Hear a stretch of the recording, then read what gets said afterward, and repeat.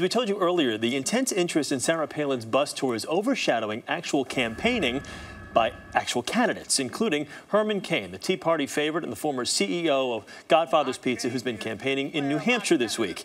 He joins us now from Atlanta, his hometown. Mr. Cain, good morning to you. Well, fine. Thank you, Chris. Happy to be with you. Good. We're not going to talk about Sarah Palin just yet, but in a few moments we will. Right now, I want to talk about you. Earlier in our broadcast, our political reporter, Jan Crawford, commented that you're going to actually have a strong showing in a new poll that's going to be released out of Iowa.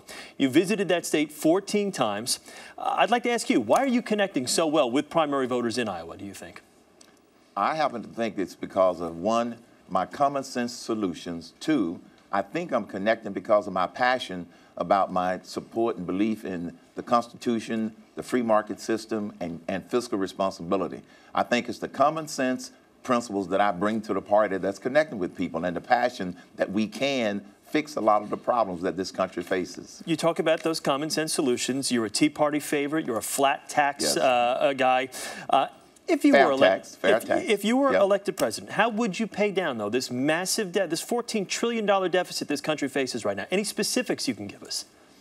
I sure can. First, we've got to get this economy growing at the rate that it could grow. So I would support lowering corporate tax rates and personal rates, taking the capital gains tax rate to zero, suspending taxes on repatriated profits, and also providing a real payroll tax holiday for employees and employers. And this is the most important thing, make them permanent, because then it'll get this uncertainty that's holding this economy back. So if we have the economy growing the right way, we're going to have more tax revenue coming in. And then as president, I'd do an across-the-board cut of all agencies of about 10%. And then I would look for overlapping, inefficient, redundant programs in the government and get rid of them. And then when I put together the fiscal budget or propose the fiscal budget for the upcoming year, I would spend within our means. This is how we get that debt coming down, increase revenues, at the same time getting serious about cutting. Let's talk about name recognition, fundraising. Those are obviously both key in a presidential campaign. I'm going to use an example here. Mitt Romney, who raises $10 million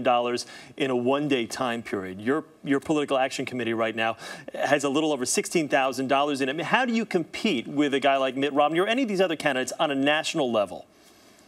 First of all, don't look at the Political Action Committee. That account went dormant at the end of December. We have our actual account is Friends of Herman Cain, which people can find at hermancain.com. I assure you we have substantially more than that. We have cash on hand, and we will be reporting that in July. Here's our strategy, my strategy. We don't have to raise the most amount of money.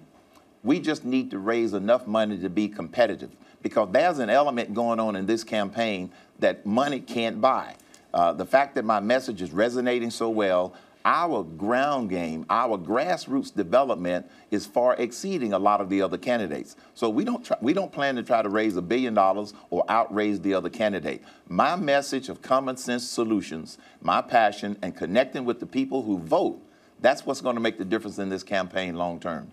Mr. Cain, can I just get a one-word answer? Seeing Sarah Palin on this bus tour with Donald Trump, does it frustrate you a little, these people that aren't candidates yet that are getting all this attention?